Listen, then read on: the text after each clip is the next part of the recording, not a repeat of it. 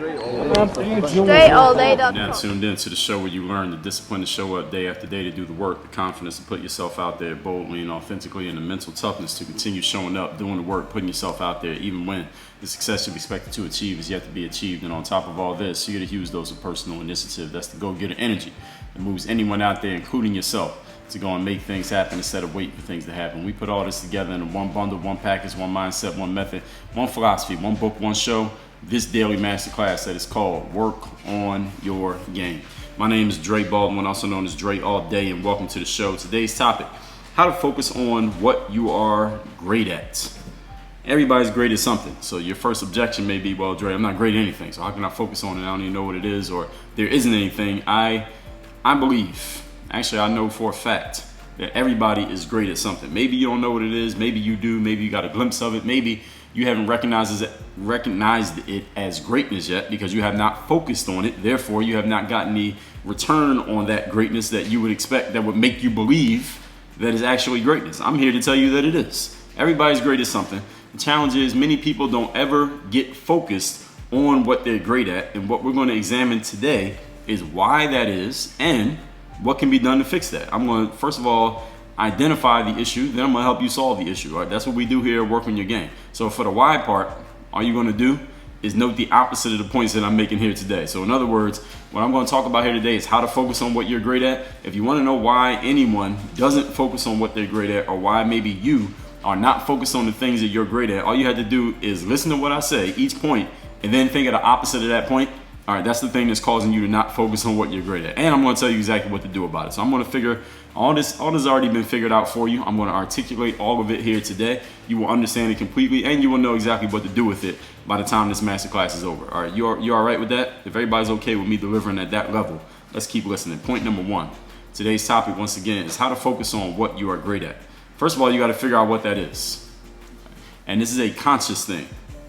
Okay? Figuring out what you're great at is a conscious exercise that you must partake in actively. This is not a passive thing. This is not all right, one day you're just going to wake up and a light bulb goes off and now you know what you're great at. Or one day you're like Isaac Newton sitting under the apple tree and the apple falls on your head and you just figure out the law of gravity. No, this is something that you need to be actively going after, figuring out what it is you are great at. A lot of people never take time to really think about it and really examine what are all the things that I'm doing and what are the things that I'm best at. What do I enjoy and I'm also good at, and it's marketable and I can get a return on this thing. Most people never ask themselves that set of questions. Therefore, they never know what they're great at. So they're doing a whole bunch of things. They may be good at all of them, but they never really narrow it down to the thing that they're really, really the best at. Therefore, they cannot create separation from anyone else out there, and they can't get the highest return on investment from their own lives simply because they're not focused on the place that gives the highest return. And that's a tragedy, I would think. So my question is this. First of all, we're talking about not what you're good at, but what you're great at. What would you do if money was no object?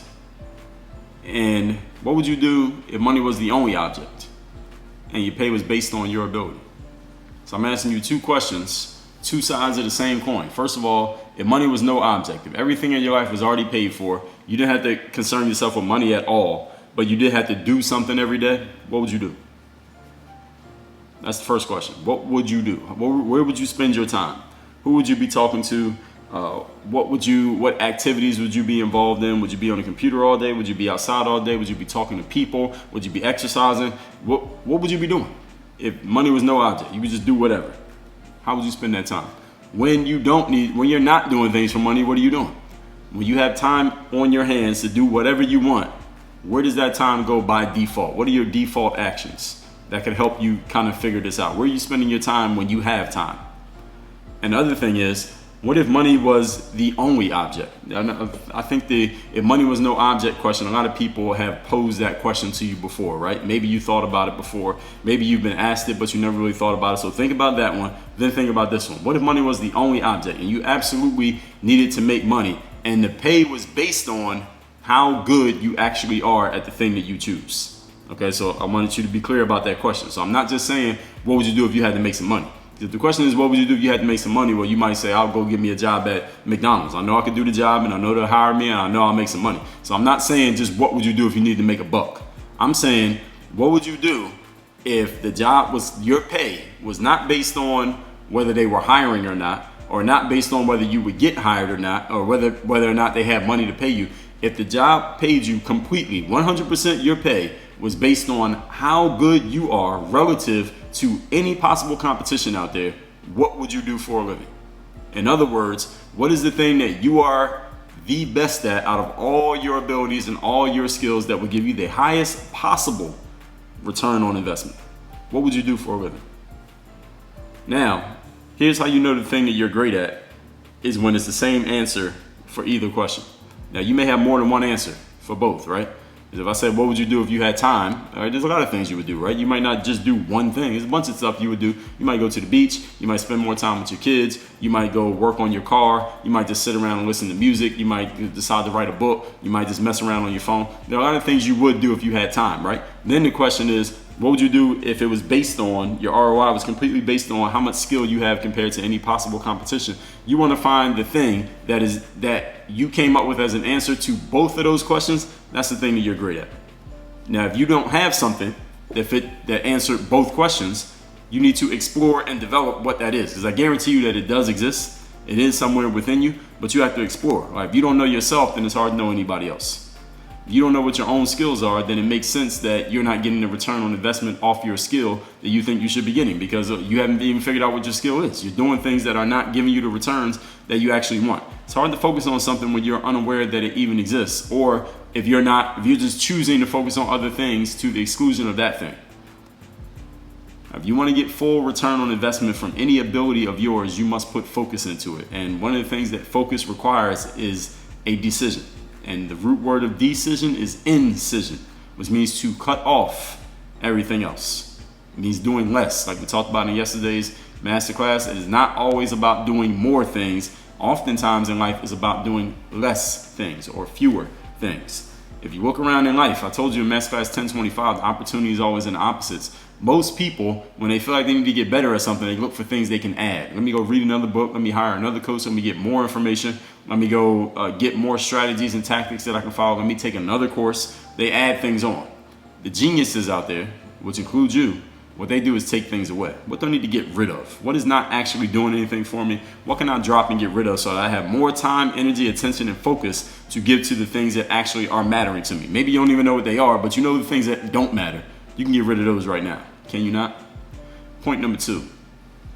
Today's topic is how to focus on what you are great at. Not good at, but great at. Point number 2, ask yourself what compliments you will need to go around that element that is your greatness. Now, that first point, if you didn't have an answer, this is where you will pause this and you would actually go figure out what that is. Take some time, write some things down, get a pen and paper, turn the music off, turn the iPod off, turn the, what's the other things? All those other distractions. All right, turn those off. Turn your notifications off. Don't reply to any text messages. Don't check your email. And just figure out what are the things that you are great at, or at least come up with some candidates, some worthy candidates. Then you move on to point number 2 and ask yourself what compliments you will need to go along with that greatness. Now, when I say compliments, I'm not talking about praise and people telling you how great you are. When I say compliments, I mean, what are some symbiotic elements that will go around your greatness and help make it even better? Symbiotic elements that go along with your greatness and help make it even better. If you're a salesperson, a symbiotic complement to being a salesperson is professional speaking skills and copywriting ability and the ability to build rapport quickly with other people and ability to present yourself, physically present yourself to other people in such a way that you are appealing and attractive and people feel at ease with you and they want to listen to you. All of those are complementary symbiotic skills that go along with being a salesperson. If you're a basketball player, for example, and you're great at scoring points, what are some complementary things you would need? And understand that compliments don't have to all come from you.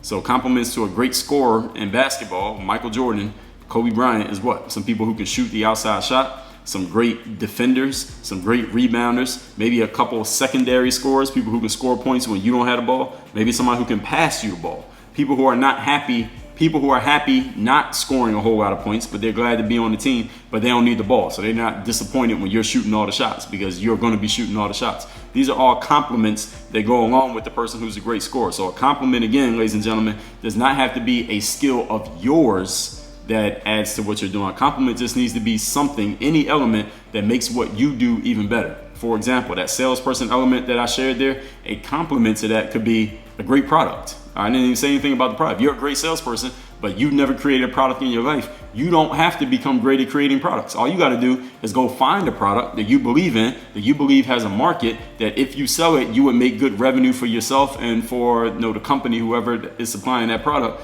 and then you can go sell that. You don't have to do it all by yourself.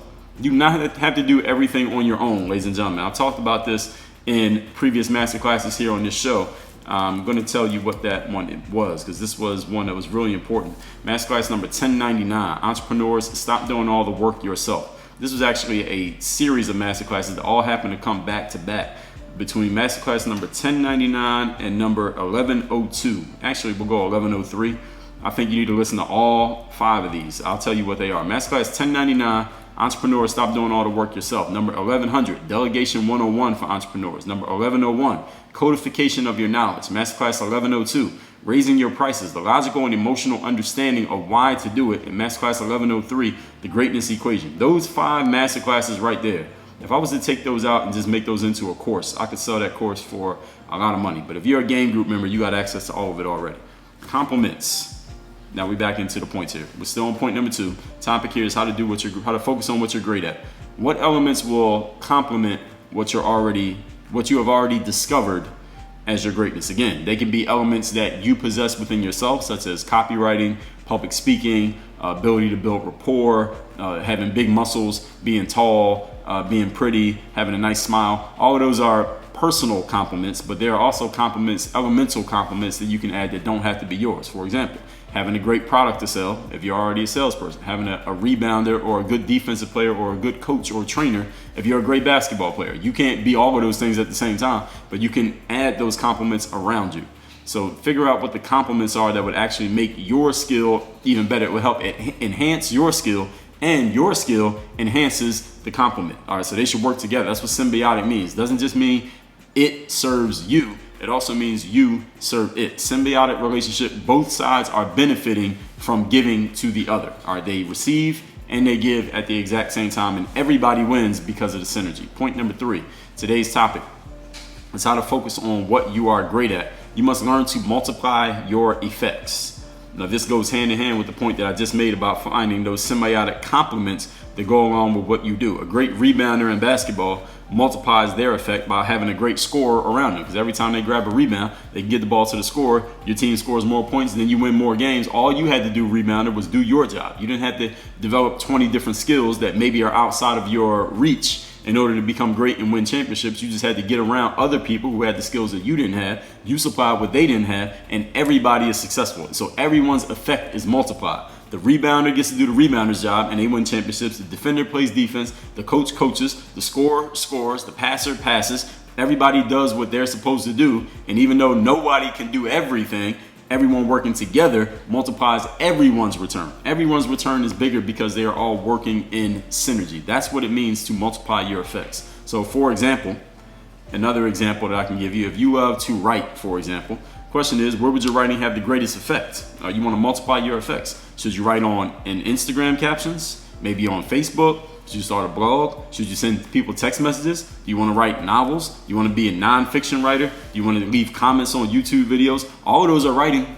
Everything I just said you can write in all of those places. I've actually written in all of those places in my life, except writing novels. I never did fiction. So all of those are places that you can write, but where do you get the highest multiple effect from what you are doing?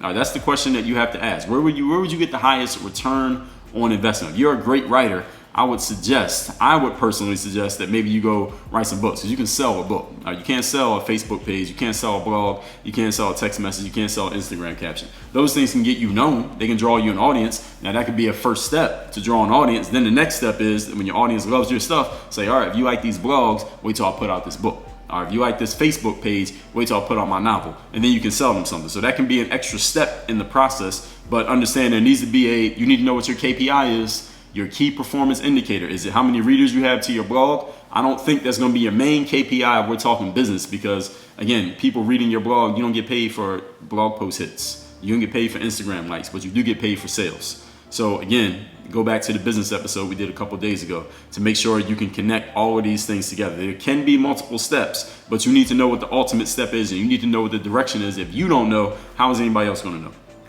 There are a lot of ways that you can, for example, you like talking. You like talking for a living? All right, you can have a podcast. You can start your own TV show. You could be live streaming. You can become a one-on-one coach or a life coach, a therapist, a business coach. You can become a psychiatrist. This is all about market viability as well. Where would your greatness produce the most returns? Again, if we're talking business here, where would your greatness produce the greatest returns for you? Again, you can have a whole lot of fans and feel great and get a huge dopamine rush by writing the long captions on Instagram or maybe posting videos on Instagram. Those things will get you a whole lot of likes and followers. You can have 10 million followers online, but how are you going to make some money? Where's the market viability in that? Is there a way? Is there a pathway from there to making some money? Absolutely there is, but you need to know what it is. You need to know what that process is, and you need to see where you fit in it strategically so that it makes sense for you to invest your time, money, attention, energy, and focus. That's Masterclass 609, the 5 forms of investment, to invest into going that route. And you need to think about these things before you start taking action, because time is the most valuable tool you have. Once it's gone, it is gone. Where would your greatness produce the highest return? Based on, these are the things you need to consider: your skill level, the opportunity in the market, and the amount of competition you will have to beat out in order to do what you do. How much skill do you have? What is the opportunity if you succeed? And how much competition do you have to beat in order to succeed?